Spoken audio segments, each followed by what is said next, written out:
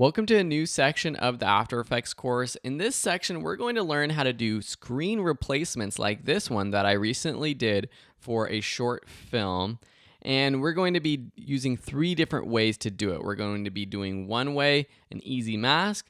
The next way is with a mask as well, but it's a little bit more difficult. It's actually going to be this shot, and we're going to be using 3D rotations and adding reflections to make sure it looks proper. And then lastly, we're going to be replacing a screen.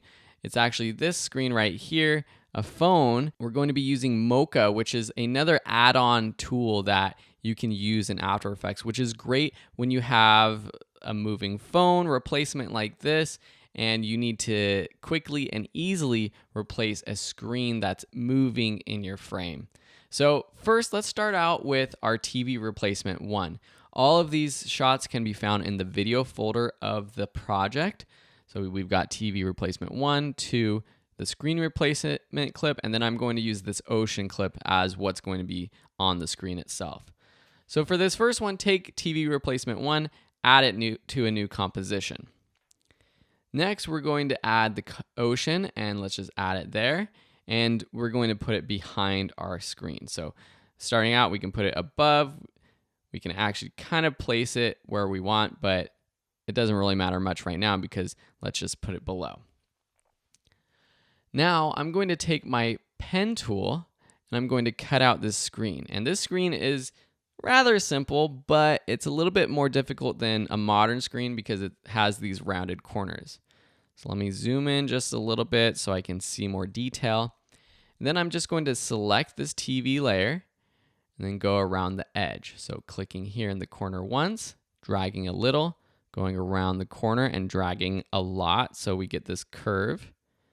Going here, and I can adjust these curves later. So basically what I'm doing though is clicking twice around each corner to create this curve.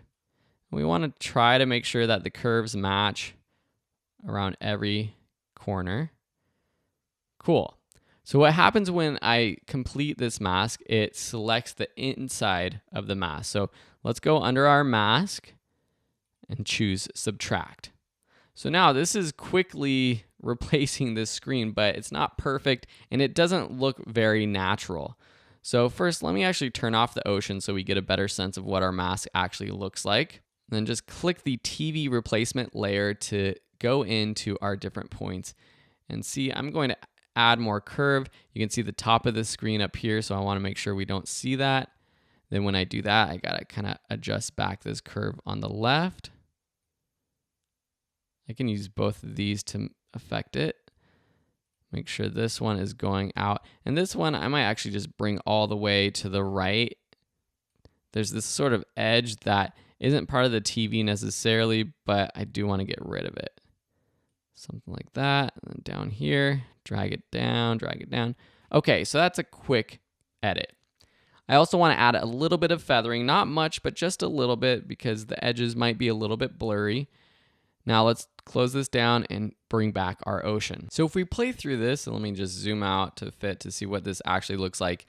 This is your basic screen replacement, but it doesn't look very natural. It doesn't match what it would actually look like on a TV screen. So there's a couple things we can do to make this look better. First, let's add a little bit of darkness to the screen, which we can do using the original screen itself. So if I duplicate this top layer, and then I reverse the mask, or just set it to what it used to be by changing the mask from subtract to add, now we get this screen itself. Now let's play with the blend mode to see what looks good. So pressing shift and then the plus or minus button on your keyboard next to your delete key, you can go through all of your different blend modes. What I want to do is make it a little bit darker and have a little bit of that reflection coming from the screen. So something like hard light actually looks a little bit more natural. So let me show you this. The on, off, on, off. So with it on, that looks pretty good. I might want to add a little bit more feathering to this. Something like that, and maybe expand just a little bit. So we're not getting some weird, funky, hard edges around the mask. So that looks a lot better to me. So that's one thing we can do. Another thing we can do is with these old TVs, the screen actually had a little bit of a bulge coming out. So we have a bulge effect in the effects and presets panel. So type in bulge, it's under distort, and drag that onto our ocean. You can't see it at first, but these are your settings. And if you increase the radius, you'll see that this is the part that's affecting the bulge. So let's increase it until it's about the size of the screen. But of course, we're going to have to move it. So with the bulge center, just click this little target button. And now we can go over to our image and click right in the center of the TV itself. And then we can click and move this around. And then we can adjust how big this bulge is. So bulge height, you can increase it, and you can see that's a lot. We don't want that. And you can actually decrease it if you want. That can give you a cool effect.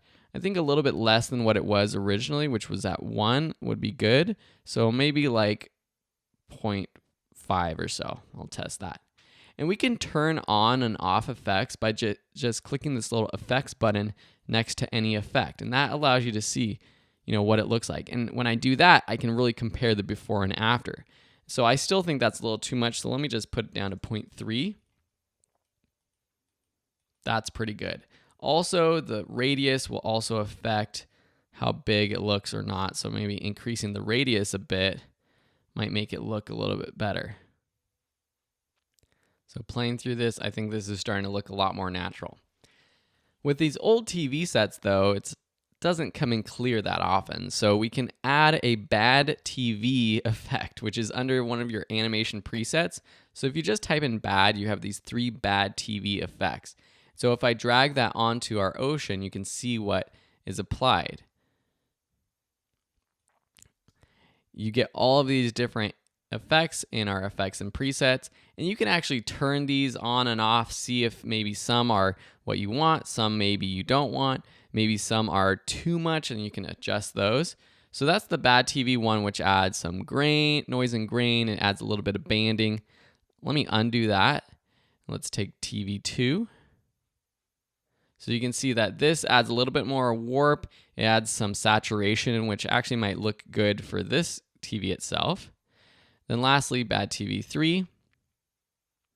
This one, it's even worse. So it's desaturated. You get a lot of noise. This is, a weak signal coming through. So you can play around with those to see if you want. One other thing you can do if you want to be able to adjust this is add it to an adjustment layer. So go up to Layer, New, Adjustment Layer. Put that between the TV replacement and the ocean, so just on top of the ocean, because whatever you apply to this adjustment layer will apply to the layers beneath it. Now, if we add this bad TV 2 to this layer, it still applies to the TV, but instead of adjusting all of these effects, we can just adjust the opacity of this layer. So say we bring this down to like 50, for example. It decreases the overall effect that was added with this bad TV 2 without having to go in and decrease each of these effects individually. We can quickly do that with opacity. Even with 16 gigabytes of RAM, adding all of these effects can slow down your computer. As you can see, I'm trying to play this out, but it does take it a while to render out all of the frames. So you got to be patient, or you got to get a better system. I'm using an iMac that's a little bit older to record these videos. It's from 2013. I think it's an Intel i7 processor. I have a newer MacBook Pro laptop, which still has 16 gigabytes of RAM, but it has a better processor, and it does work a little bit faster. So when I'm adding a lot of effects like this, I tend to use that.